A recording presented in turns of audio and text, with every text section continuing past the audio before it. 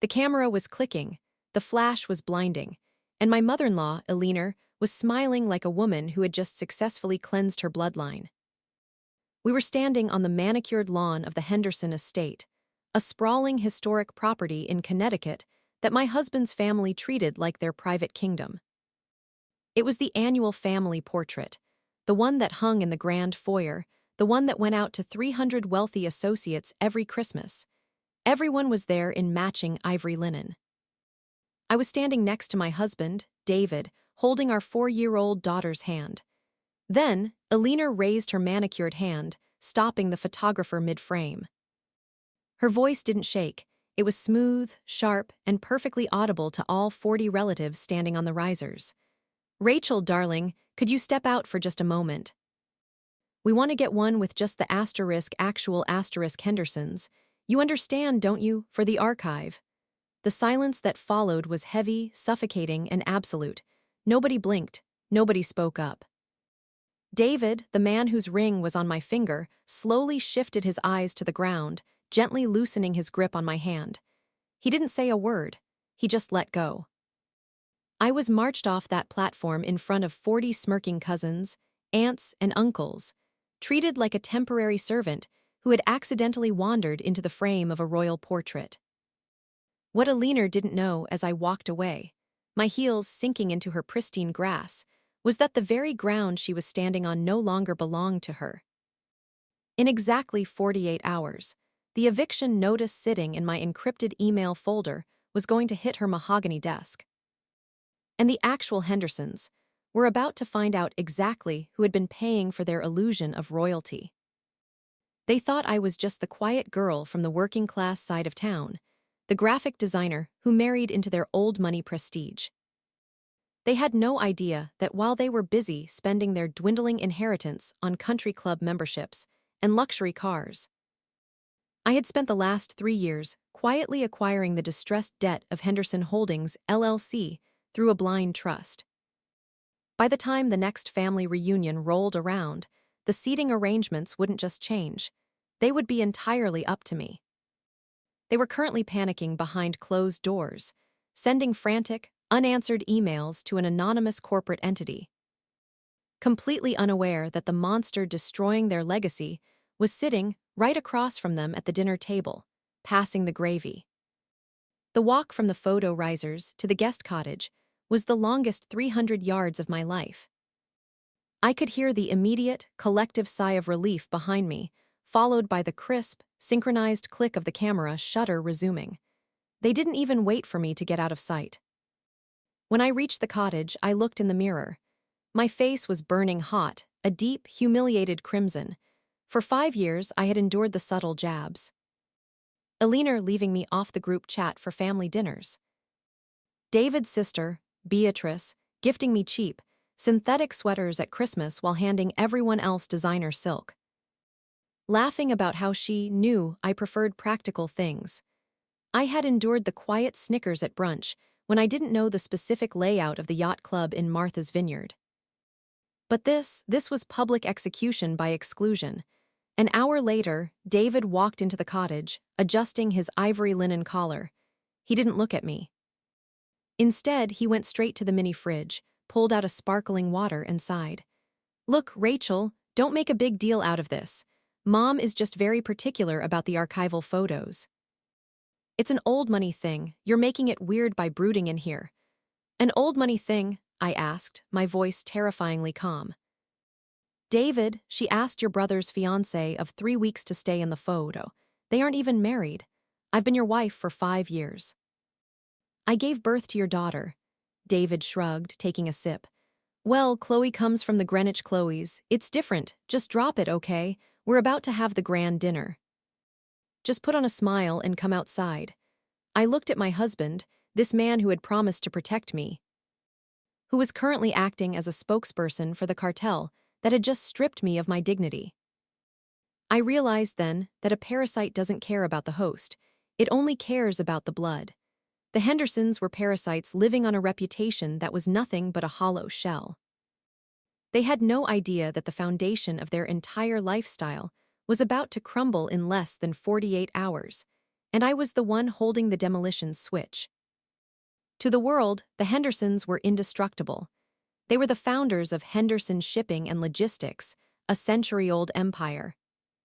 They lived in a historic three-story stone mansion, drove vehicles that cost more than my childhood home, and spoke with that soft, effortless mid-Atlantic accent that only comes from generations of unearned confidence. Everyone in their social circle believed I was the charity case. When David married me, Alina famously told a family friend, within earshot of my mother, that David was charitable for bringing a girl from the public school system into a historic family. They viewed my graphic design business as a cute little hobby, a way for me to keep busy, while David supposedly ran the world. Whenever I tried to talk about my corporate branding clients, Alina would interrupt and ask if I could design a flyer for her garden club's annual bake sale. They thought I was powerless, penniless, and entirely dependent on their grand generosity. But wealth in the 21st century is an illusion easily faked with lease agreements, lines of credit, and a massive amount of pride. The secret truth was that Henderson Shipping and Logistics had been bleeding cash since 2021. They had mismanaged their supply chain, taken on massive high-interest predatory loans to maintain their lifestyle, and heavily leveraged the Henderson estate itself to stay afloat. And my cute little graphic design business, it wasn't a boutique studio. 5 years ago, right before I married David, I had pivoted into digital brand infrastructure and asset acquisition. I didn't just draw logos. I bought up distressed intellectual property, optimized it, and sold it. I operated through an anonymous corporate entity registered in Delaware called Vanguard Asset Management. I made more in a single quarter than David's entire family trust distributed in a year. I kept my personal finances completely separate, maintaining a private bank account they never bothered to ask about because they assumed it only held a few $1,000s from my flyer projects. 2 months ago, the primary lender for the Henderson estate put their primary mortgage up for private sale to clear their own balance sheets. It was a massive, 40-year toxic debt note totaling exactly $8.4 million. The Hendersons had missed 3 consecutive payments, hiding the delinquency behind a wall of corporate deferrals. When that note went live on the institutional secondary market, Vanguard Asset Management bought it in full within 12 minutes. I didn't just own their debt.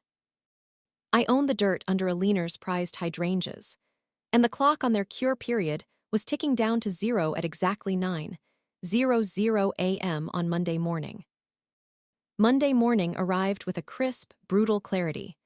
I woke up early, dressed in a sharp, tailored navy suit, a massive contrast to the casual linen I usually wore around the estate. David was still asleep, snoring softly after consuming 3 bottles of expensive Bordeaux with his cousins the night before. I walked out to the main house under the guise of grabbing a coffee.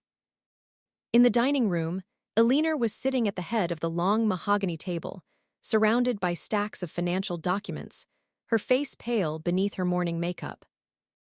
Her business manager, a nervous man named Arthur, was sweating through his shirt, frantically tapping on a laptop. "It doesn't make sense, Alina," Arthur stammered, his voice cracking. The bank didn't extend the grace period. They sold the paper. A private equity firm called Vanguard bought the note. I tried calling their corporate office, but it's just a legal firm in Wilmington. They aren't responding to our restructuring offers. Alina slammed her coffee cup down, spilling a dark puddle onto the antique lace tablecloth.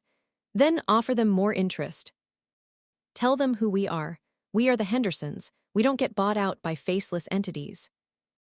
If this note isn't cleared or restructured by noon, they have the legal right to file for immediate foreclosure on the primary estate. This house has been in our family for 4 generations." I walked over to the sideboard, poured myself a cup of black coffee, and took a slow, deliberate sip. "Is everything okay, Alina?" I asked, my voice dripping with innocent concern. "You look a little stressed. Is it the garden club?" Alina glared at me, her eyes flashing with pure condescension. "Go back to the cottage, Rachel. This is high-level family business. You wouldn't understand the financial terminology. Arthur, call our lawyers again. Actually, I said, leaning against the sideboard, I think I understand it perfectly. A leveraged asset with a cross-collateralized default clause on a secondary market note. It's pretty standard textbook stuff, really. Arthur looked up, blinked in surprise, while Aliner's lip curled. Rachel, I don't have time for your little internet articles today. Leave us. Instead of leaving, I walked over to the table. I opened my designer leather portfolio, pulled out a single, stamped legal document, and slid it directly over Aliner's stacks of paper, covering her precious spreadsheets. It was a certified copy of the deed of trust assignment, bearing the official seal of the state of Connecticut. At the bottom, under the purchaser line for Vanguard Asset Management, was a single signature in bold, black ink: Rachel Vance Henderson, Managing Director. Aliner stared at the paper. She didn't comprehend it at first. She looked at the corporate name, then at the dollar amount, $8,422,105,00, and then her eyes traveled down to my signature. The color completely drained from her face. It was a physical transformation. Her skin turned a sickly, translucent gray. What? What is this? She whispered, her voice losing its elite, manicured edge. This is a prank. David. David is asleep, Aliner, and even if he were awake, his signature isn't on this document. Mine is, I said, my voice dropping an octave, becoming cold and steady. Vanguard Asset Management doesn't want to restructure your loan. We don't want your high interest. We want the asset. As of 9:01 a.m. this morning, your cure period officially expired. The Henderson estate is in total, uncurable default. Arthur's eyes were wide as saucers. He looked from the document to me, his hands shaking. You bought the primary residence note. With what money? With the money from the little flyer projects Aliner likes to mock at Sunday brunch, I replied, looking directly into my mother-in-law's panicked eyes. Every cent of this family's lifestyle for the past year has been funded by credit lines that I secretly backed through secondary shell accounts. You didn't just lose the house, Aliner. You lose the logistics firm's warehouse leases next week. Aliner clutched her chest, leaning back into her chair. You wouldn't dare. You're David's wife. This is your family. This would ruin us. Family? I let out a soft, sharp laugh that cut through the room like a razor. I'm sorry, I must have confused the rules. I thought only actual Hendersons were part of the family. Since I was explicitly excluded from the family archive 48 hours ago, I figured I was completely free to act as a purely independent third-party investor. And as an investor, Aliner, I see no value in keeping you on my property. By noon, the country club whispers had already begun, and by Tuesday evening, the firestorm had fully engulfed the Henderson social circle. I didn't keep the news private. I didn't need to. I instructed my legal team to file the formal foreclosure and asset seizure notices publicly at the county clerk's office. Ensuring copies were delivered via certified courier directly to the family's primary legal advisors, their bank directors, and the board members of the yacht club. The fallout was spectacular. On Wednesday afternoon, Aliner's sister, Beatrice, and 3 prominent members of the local Historical Preservation Society pulled up the driveway in a luxury SUV. They had been planning the annual summer gala, which was supposed to be hosted on the Henderson lawns. They walked into the main house only to find 2 professional asset appraisers I had hired, clipboard in hand, cataloging the antique furniture and paintings in the grand foyer. Aliner, what on earth is going on? Beatrice shrieked, walking into the living room where Aliner was sitting in near darkness. The bank coordinator just called me. They said the gala's venue insurance is void because the property title is under an active corporate seizure. Who is Vanguard Management? I stepped out from the library, holding a tablet displaying the digital inventory of the house. Vanguard is me, Beatrice, I said calmly. And I'm afraid the gala will have to find a new venue. The lawn is booked for maintenance, permanently. Beatrice stared at me, her mouth opening and closing like a fish. Rachel, What are you talking about? You're David's wife. You can't just. Alina, tell her. Alina couldn't say anything. She just looked at the floor, completely broken. Her grand, untouchable old money mystique utterly shattered in front of her closest societal peers. Within 2 hours, the news had spread to every prominent family in the county. The Hendersons weren't just broke. They had been outmaneuvered and bought out by the very woman they had spent 5 years treating like an uneducated intruder. The power dynamic in my marriage didn't just shift, it completely inverted. David came to me that night in our cottage, his face frantic, tears streaming down his cheeks. He fell to his knees in front of the sofa where I was sitting, wrapping his hands around mine. "Rachel, please," he begged, his voice cracking. "I'm sorry. I'm so sorry I didn't stand up for you on Saturday. I was a coward. My mom, she's always controlled everything. She controls the money, she controls the legacy. I felt trapped. Please don't do this to my family. Don't take my childhood home." I looked down at his hands on mine, remembering how easily those same hands had let go of me on the photo risers just 4 days prior. "She doesn't control the money anymore, David," I said, my voice completely devoid of emotion. "I do, and you weren't trapped by your mother. You were trapped by your own desire to keep living a life you didn't earn. You let her humiliate your wife because you were afraid she'd cut off your allowance." "I'll change, I swear," he sobbed. "We can move away. We can leave them behind. Just give the house back to the trust. Don't ruin my father's name. The name Henderson is already ruined, David." "It's synonymous with bad debt and unearned arrogance," I replied, gently but firmly removing his hands from my lap. "I've already filed for divorce." My legal team filed the paperwork at the same time as the foreclosure notice. "You'll receive your copies tomorrow morning." He stood up, stumbling back, his grief instantly turning into the familiar Henderson anger. "You planned this. You're a monster. You married me just to take everything we built over 100 years. You didn't build anything, David," I said, standing up and looking him dead in the eye. "You just lived in it. And as for planning this, I didn't start buying your debt until your mother decided to treat me like a dog. You triggered this. And you haven't even seen the final bill." The final act of the Henderson legacy took place exactly 3 weeks later. It was the day they were legally required to vacate the premises. I didn't send a representative, I went myself. I stood on the grand front porch, dressed in a flawless, bespoke charcoal coat, watching as the moving trucks loaded Alina's precious antique armoires and gilded mirrors into the back of generic commercial vans. The actual Hendersons were gathered on the driveway, surrounded by luggage, looking like refugees from a country club that had suddenly gone bankrupt. Alina walked up the stone steps toward me, her posture stiff, trying desperately to cling to a shred of her former dignity. She stopped 2 feet away from me. "You think you've won, Rachel," she spat, her voice trembling with hatred. "You think you can buy class, you can take this house, you can take our money, but you will never be one of us. You will never have our blood, our history, or our name." I smiled, reached into my pocket, and pulled out a large, heavy brass key, the original historic key to the mansion's front door. I tossed it lightly in my hand, the metal clicking loudly in the quiet afternoon air. "You're entirely right, Alina," I said, my voice calm, clear, and perfectly carrying to David, Beatrice, and the movers who were watching the exchange. "I will never be one of you. Because I don't need 100 years of dead ancestors to protect me from my own incompetence. I built my kingdom with my own bare hands. You lost yours because you couldn't even pay your own bills."